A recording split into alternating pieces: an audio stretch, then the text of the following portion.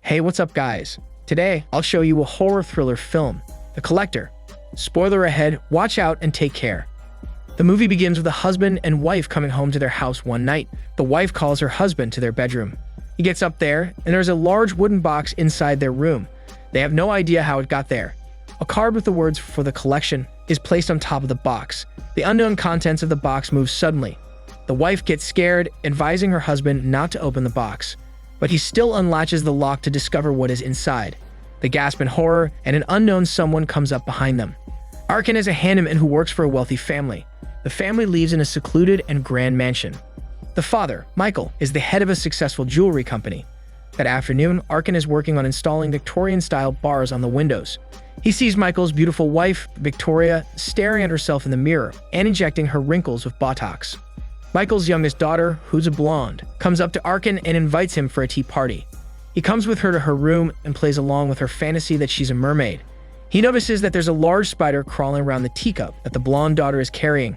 Arkin reaches out to swat it off, but Michael enters the room, a little concerned that the handyman is alone with his young daughter. The spider crawls away and hides behind a large teddy bear. Arkin gets back to work. While handling the metal bars, he notices that there's a large wasp nest near the greenhouse. He makes sure to inform the exterminators working at the front of the house about the nest. Arkin smokes a cigarette before he leaves.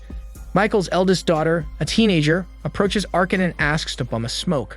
The teenager goes back to her room and gets into a fight with her mother about not wanting to leave for a family vacation. Michael comes out and hands Arkin his wages for the week. He says that he added something a little extra for Arkin's own daughter. Arkin heads out and meets with his daughter, who is staying with his estranged wife. He gives her a teddy bear he bought with the extra cash from Michael.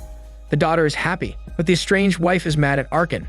He had promised her that he'll come up with the money needed to pay off her debts. But Arkin doesn't have that amount yet, and the deadline for the payment is tonight. If they don't pay it, loan sharks will come and hurt the estranged wife and their daughter. Desperate, Arkin goes to a strip club to meet with his boss, a powerful criminal. It turns out Arkin was a former convict, and while he was in jail, the boss helped him out. In return, when he got out, he was tasked with pulling off a heist. His mission is to case Michael's home, figure out where his safe is, and steal a precious ruby inside it. This is the reason why Arkin has been working as a handyman in Michael's house for months now. Arkin demands that they pull off the job now, because the family is leaving for their vacation tonight.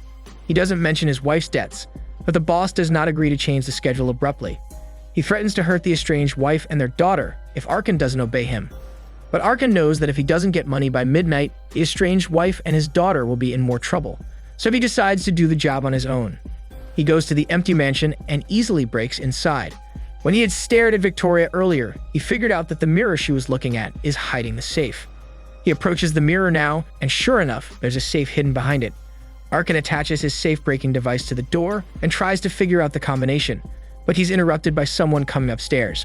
Arkin abandons the safe and stealthily creeps downstairs to the kitchen.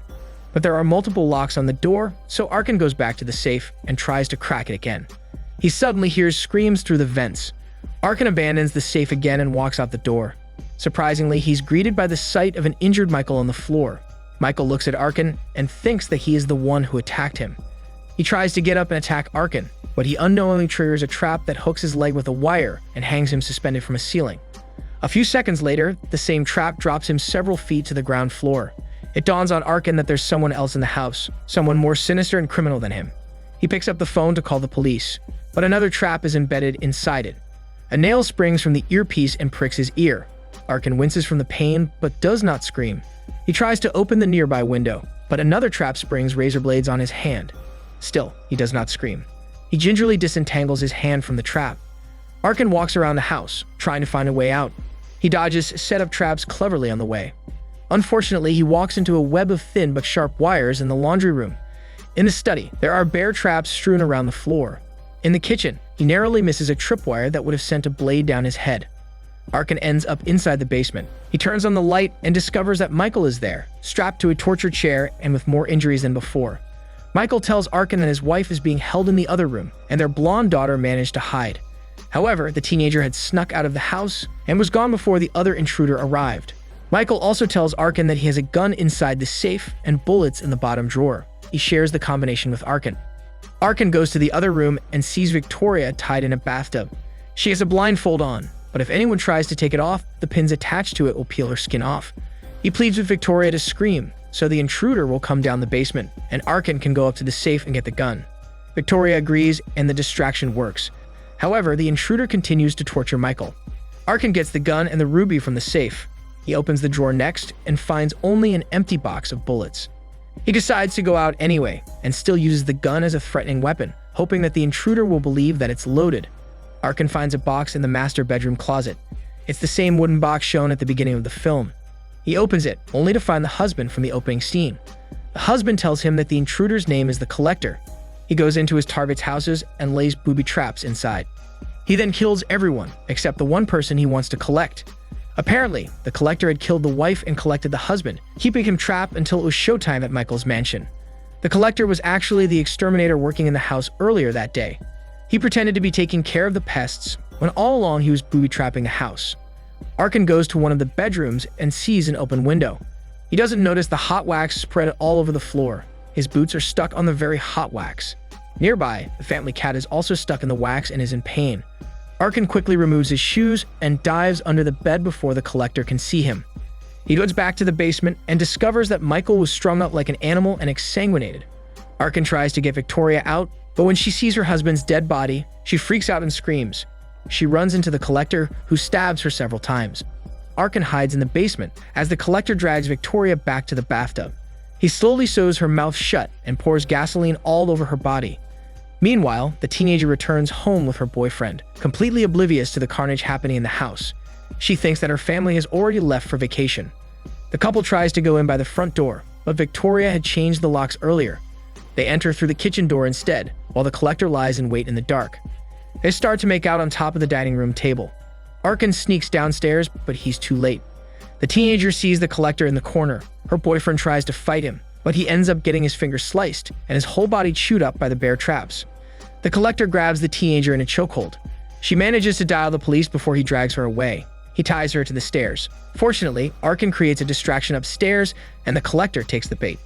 He unties the teenager, but she is too scared by what's happening. She backs away and grabs a pair of scissors sitting on the shelf, but the scissors are tied to a trap that slams the teenager and impales her on several nails embedded in the wall. Arkin leaves her behind and goes upstairs to try and free the husband from the box. But the chains on his feet are too enmeshed in his muscle, and Arkin has no choice but to lead him too. He breaks the window in that room and makes his way outside. He jumps from the roof and is about to leave the cursed mansion. But he looks back one last time and sees the reflection of the blonde daughter banging on the upstairs window, yelling for help. His conscience gets the better of him, and Arkin decides to go back and rescue the blonde girl. They hide in her room together. Arkin improvises a trap for the Collector and enlists the blonde's help. The Collector bangs on the door and eventually breaks it down. Arkin doesn't waste a moment. He immediately breaks the blonde's aquarium, spilling water on the floor. As instructed, the blonde drops her small television on the person, who enters the room and electrocutes him. However, it was not the Collector they had killed, it was the husband. The Collector had used him as a shield and threw his body inside the room first, in anticipation of whatever trap they had prepared for him. Their plan has failed, and as a last resort, Arkin orders the blonde to go down the laundry chute and hide. Arkin and the Collector fight in the bathroom, and the Collector overpowers him. Arkin loses consciousness and wakes up in the basement. His hands are chained, and there are hooks attached to the flesh in his back. Arkin presses a pair of pliers inside his mouth and takes out one of his teeth. Arkin screams in pain. Because of the teenager's 911 call, a cop is dispatched to their house. He runs around the perimeter and encounters the Collector out in the yard. He orders the Collector to freeze and raise his hands. The Collector complies. Suddenly, the Collector's terrifying dog attacks the cop and kills him. While all this is going on, Arkin frees himself by painfully pulling his body out of the hooks on the wall. He sees the blonde girl hiding near the corner. He goes to the room where Victoria's body is, and he realizes that the Collector plans to blow up the house, using explosives and the gasoline he doused over her body. The Collector gets the cop's shotgun from his car and walks back to the house with his dog. The dog catches the blonde girl's scent and chases her. It almost bites her foot, but she gets up to shoot again in time. Arkin lights a garbage can on fire and kills the dog with it. He takes the blonde with him, and they hide at the end of the hallway. The Collector approaches and shoots them. It turns out Arkin had set up a mirror at the end of the hallway. What the Collector had shot was their reflection. Arkin drops the chandelier that the Collector outfitted with sharp knives on the stunned Collector. Arkin and the blonde escape just as several police cars race toward the mansion. Arkin goes out to the middle of the road to flag the police cars down, but one of them hits him head-on. Another cop rescues the blonde, who's waiting by the side of the road. The others load Arkin into the ambulance, and he tells them what happened. He reveals that it was the exterminator who killed the family. Of course, he didn't tell them that he went into the house planning to steal from Michael. A moment later, the whole house explodes, probably due to the explosives the collector had rigged inside the basement. They assume that the collector is dead, and the ambulance speeds to the hospital. Arkin chuckles as he touches the ruby in his pocket. He had survived a horrific nightmare, and he had made it just in time before the midnight deadline for his wife's death. But his nightmare isn't over yet. A car crashes into the ambulance, and it flips over many times. The driver is dead, and the paramedic with Arkin is woozy. The door opens, and the collector stands there alive. He kills the paramedic with a knife. The movie ends with the collector grabbing Arkin and stuffing him inside the box. He had chosen Arkin to be the latest item in his macabre collection. The collector drives into the night, already planning his next acquisition, as Arkin screams from inside the wooden box. This is Daniel CC Movie Channel. Stay safe and enjoy your day.